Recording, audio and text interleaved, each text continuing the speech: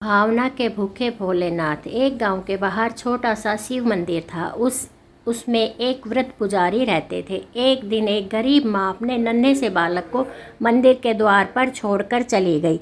बहुत खोजने पर भी पुजारी जी को बालक के परिवार का कुछ पता ना चला। जब गांव का कोई भी व्यक्ति उस बालक का लालन पालन करने को तैयार न हुआ तो पुजारी ने भगवान शिव की इच्छा समझकर उसे अपने पास रख लिया और उसका नाम भोला रख दिया। गांव के श्रद्धालु भक्तों से जो कुछ प्राप्त होता उसी से भगवान शिव का, पुजारी जी का और बालक का, भोला का किसी तरह गुजारा चलता। यदि किसी दिन कम पड़ता है तो पुजारी जी बालक और भगवान को भोग लगाकर स्वयं गंगा जल पीकर रह जाते।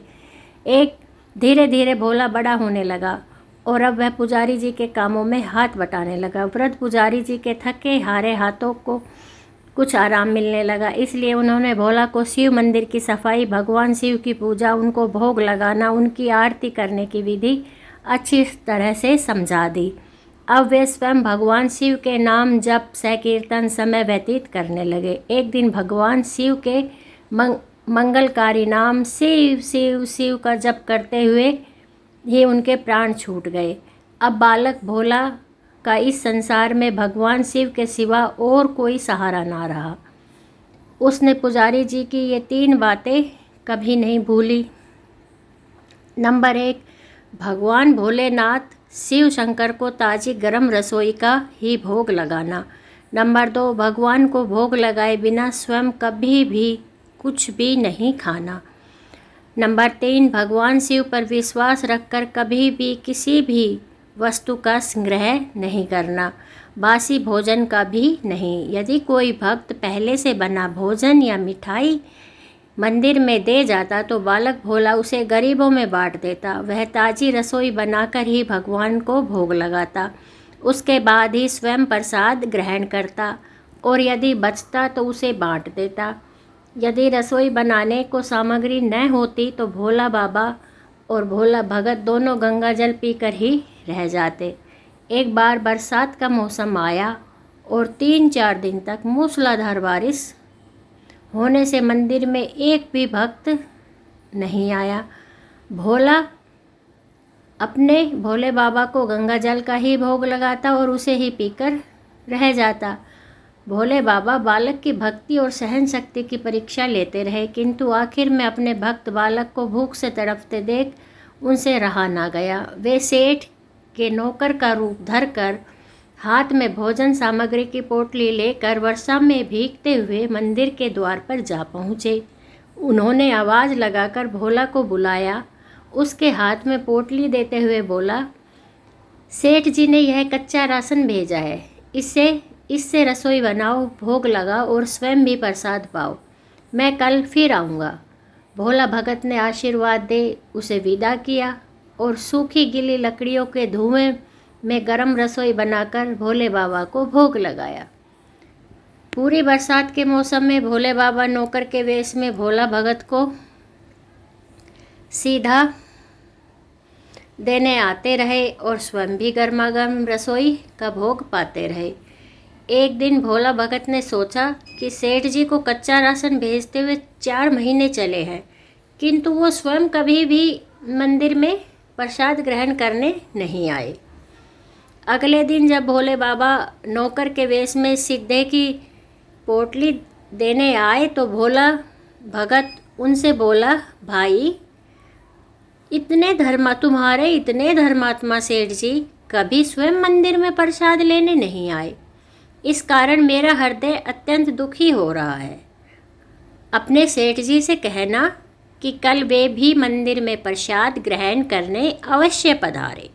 सुनकर नौकर बने भोले बाबा चौंक कर घबरा उठे और बोले, पुजारी जी, सेठ जी मेरे द्वारा आपको कच्चा राशन भेजते हैं, इससे भगवान को भी भोग लगा लेते हैं और स्वयं भी प्रसाद पाते हैं, फिर सेठ जी को बीच में बुलाने की क्या ज़रूरत है?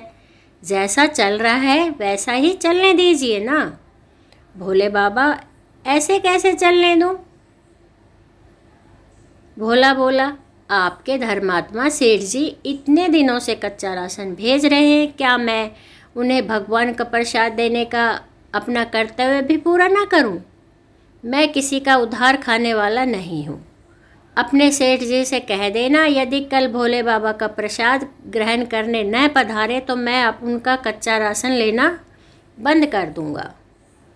नौकर बने भोले बाबा तो अपने भोले भक्त की अकड़ देखकर कांप उठे। यह सोचकर मन ही मन हंसे कि वाह, आज तो लेने वाला ही देने वाले पर धोस दिखा रहा है। लेकिन सरल हृदय भक्त के मनोभाव को परहेज कर वो बोले, ठीक है पुजारी जी, कल सेठ जी मंदिर में प्रसाद ग्रहण करने जरूर पधारेंगे। दूसरे दिन बड़े सवेरे ही भोले बाबा नौकर के वेश में दूध और बहुत सारी भोजन सामग्री लेकर मंदिर पहुंच गए। भोला चौंकते हुए बोला, भाई आज इतना सारा सीधा किसके लिए ले आए? नौकर बने भोला बोले, पुजारी जी भूल गए क्या? आज आपने सेठ जी को प्रसाद के लिए बुलाया है, इसलिए आप छक कर रसोई बनाइए और भोले बाबा को भोग लगाएंगे। हाँ, यह तो बात बता दीजिए कि सेठ जी किस समय पधारे। भोला ने प्रसन्न होकर उन्हें सेठ जी के आने का समय बताया। अब भोला भगत की इच्छा पूर्ण करने के लिए भोले बाबा कैलाश पर सेठ का रूप धारण करने लगे। इधर अपने स्वामी को एक प्यारे भगत के यहाँ जाने का समाचार सुनकर ममता मई अन्नपूर्णा माँ पार्वती भी भोला कैसे पीछे रहती, वह भी पति की आज्ञा लेकर सेठानी का रूप धारण करने में जुट गई। भोले बाबा ने अपने गले में मुंडों की माला उतार दी, शरीर पर लगी भस्म, कमर पर पहना हुआ बाघांबर और बाहों और कानों पर पहने सर्पों के हार भी उतार कर रख दिए। उन्होंने एक मखमल का सुंदर सा कुर्ता धारण कर लिया, अपनी जटाएं सीधी कर गंगा और चंद्रमा को उसमें छिपा लिया और ऊपर से एक सुंदर रंग बिरंगी पगड़ी पहन ली। सदैव नंगे पैर विचरण करने वाले शिवजी ने आज अपने पैरों में रेशमी जूतियाँ धारण कर ली। हाथ का त्रिशूल और डमरू भोले बाबा ने नंदी के हाथ में थमा दिया और हाथ में एक सुंदर छड़ी लेकर पार्वती जी के तैयार होने की प्रतीक्षा करने लगे। कैलाश पर चहलकदमी करने लगे। इधर पार्वती जी घंटों से तैयार होने में जुटी हुई थी। उन्होंने आज अपने पतिदेव के नगर में बनी सुंदर बनारसी साड़ी निकाल कर पहनी, जिसका रंग सेठ बने शिवजी के कुर्ते से मैच कर रहा था। उन्होंने सोने चांदी हीरे के जगमगाते हुए आभूषण धारण कर लिए, बगल में सुंदर सा पर्स ले लिया और भोले बाबा के बार बार आवाज़ लगाने के बाद श्रृंगार कक्ष से बाहर निकल आई। जब पार्वती जी और शिवजी ने एक दूसरे को सेठ सेठानी के वेश में देखा तो वो चकित होकर एक दूसरे को निहारते ही रह गए। दोनों एक दूसरे को देखकर निहाल हुए जा रहे थे। इससे पहले उन्होंने कभी एक दूसरे का ऐसा सुंदर रूप देखा ही न था। जब भगवान गौरी शंकर सेठानी सेठ का रूप धर कर कैलाश से अपने भगत के यहाँ दावत खाने चले गए तो गणेश, कार्तिकेय, नंदी, ऋषि, मुनि, देवता गणाएं भी उन्हें देखकर ठगे से रह गए। सेठ बने शिवजी अपने हाथ में ली हुई छड़ी को अदा से घुमाते हुए पृथ्वी पर टेकते हुए चल रहे थे और उसके पीछे पीछे बगल में प्रस लिए हुए जूती से टक टक पायलों से छन छन की मधुर ध्वनि करती हुई माँ पार्वती सेठानी बनी हुई चल रही थी। इधर भोला भगत आज सुबह से ही सेठ जी के स्वागत में भांति भांति के पकवान बनाने में जुटा हुआ था। अपने भोले बाबा का भोग तो वह चलते फिरते बना लेता था, किंतु आज उसे कई महीनों से भगवान को भोग लगाने के लिए कच्चा राशन भेजने वाले सेठ जी को भगवत प्रसाद देना था। अतः आज उसने अपनी सारी पाक कला झोंक डाली थी। उसने सेठ जी द्वारा भेजे हुए चावल धोकर खीर बनाई, धीमी आंच पर पकाकर गाढ़ा किया और उसमें सेठ जी के द्वारा भेजे हुए पिस्ते, बादाम, केसर, चिलगोंजे, किशमिश डाले। मिर्च और अदरक को कूट कर उसे बाजरा, बेसन और गेहूं के आटे में भरकर मोटे मोटे मिस्से टिक्कड़ बनाए।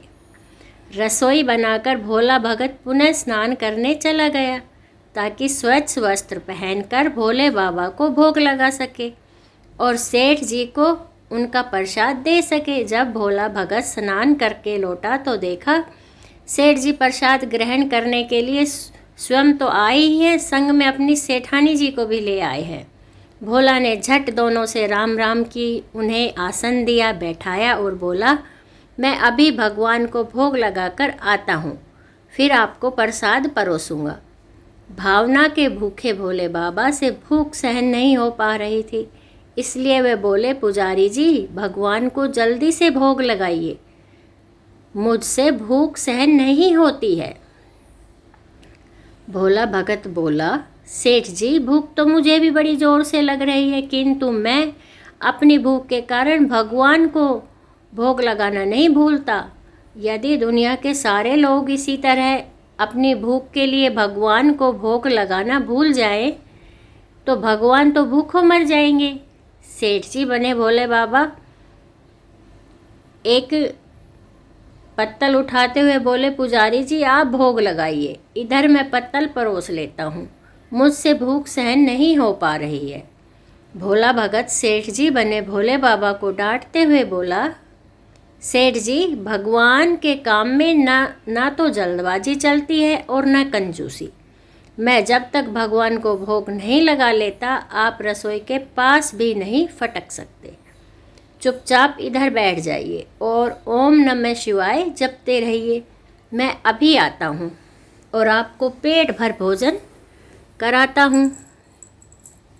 सेठ बने शिवजी डांट खाकर चुपचाप अपने आसन पर जाकर बैठ गए।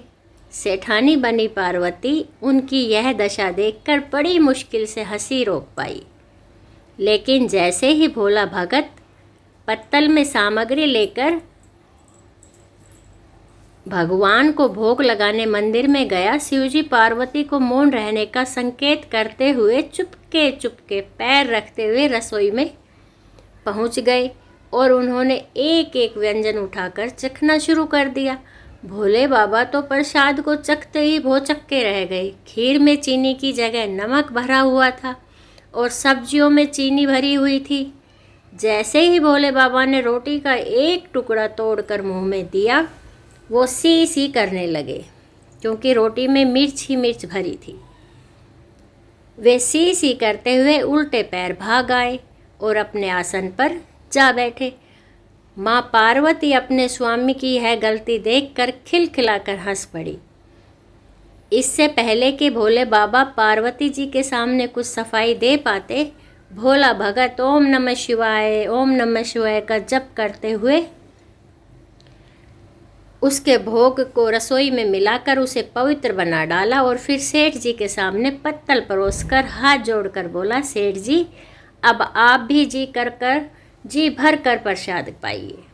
भोले बाबा तो अभी अभी भक्त की भक्ति से भी जोरदार उसके हाथ की बनी हुई रसोई चख चुके थे, अतः उसे ग्रहण करने की बात सुनकर उनके पसीने छूटने लगे। कभी वे भोला को तो कभी पार्वती का मुख देखने लगते।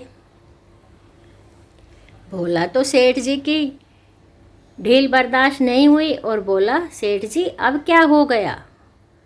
आपको अभी अभी तो इतनी ज़्यादा भूख उतावली मचा रहे थे, अब क्यों नहीं ग्रहण कर रहे? आप ग्रहण करो, तभी तो माता जी भी प्रसाद ग्रहण करेंगी और फिर मैं भी प्रसाद पाऊंगा। भोला की ललकार सुनकर भोले बाबा ने चुपचाप खीर का कुल्हड़ उठा लिया और सारी नमकीन खीर गट्टागट पी गए। कुल्हड़ खाली होने में थोड़ी ही देर थी कि भोला ने उसे झट से भर दिया। अपने प्रिय भक्त के हाथों परेसे हुए भोग में भगवान को आज दुगना स्वाद आने लगा। भोला परोसता गया और भोले बाबा पीते गए। जगन माता पार्वती भक्त भगवान दोनों के प्रेम को देख देखकर मंत्र मुग्ध होती जा रही थी। जब रसोई समाप्त हो गई तो भगवान ने एक जोर की डकार ली। भोला को होश आया और बोला, वाह सेठ जी वाह, मैं ही बावला था जो इतनी थोड़ी सी रसोई बनाई। मुझे पता होता कि आपको प्रसाद ग्रहण करने का इतना शौक है तो और भी ज़्यादा रसोई बनाता। भोले बाबा अपने पेट पर हाथ फेरते हुए सेठानी बनी पार्वती जी की ओर मुस्कुराकर देखते हुए बोले, पुजारी जी, मैं इतना रोज़ कहाँ खाता हूँ, किंतु आज प्रसाद इतना स्वादिष्ट बना था कि अपने पर वश ही नहीं रहा और खाता ही चला गया। किंतु तभी भोला भक्त रुआसा होकर बोला, सेठ जी, वह तो आपने ठीक किया, लेकिन माता जी तो भूखी ही रह गई। ममतामयी पार्वती माँ से भोला का रुआसा मुख देखा नहीं गया। उन्होंने बची हुई खीर की 4 बूंदें अपने कंठ में टपका ली और भोले बाबा द्वारा भोग लगाने से प्रसाद में अद्भुत अलौकिक स्वाद भर गया था। ऐसी सुगंधित और मीठी खीर चखकर जगन जननी आकट तृप्त हो गया और उन्होंने तृप्त होते ही सृष्टि का प्रत्येक प्राणी तृप्त हो गया। भोला भगत बोला, सेठ जी, आपने और माताजी ने प्रसाद ग्रहण कर लिया, इससे मुझे अत्यंत संतोष हुआ है। समझ लीजिए कि आप दोनों द्वारा प्रसाद ग्रहण करने से मेरा भी पेट भर गया। मेरा तो वैसे भी महीनों में 4-4 एकादशी हो जाती हैं, किंतु मैं भी एक दाना ले ही लेता हूँ, जिससे कि भोले बाबा के प्रसाद का अनादर ना हो। यह कहकर जैसे ही भोला ने खीर के पात्र में लगा चावल का एक दाना उठाकर अपने कंठ में डाला, उसकी जन्म जन्मांतर की भूख प्यास मिट गई और समस्त वासनाओं और इच्छाओं की तृप्ति हो गई। उसके ज्ञान के नेत्र खुल गए और उसने देखा कि उसके सम्मुख त्रिलोकीनाथ भगवान शंकर और जगत जननी माँ पार्वती आशीर्वाद की मुद्रा में मुस्कुराते हुए खड़े हैं। भोला दौड़कर उनके चरणों में लौट गया और उन्हीं में समा गया। बोलो हर हर महादेव।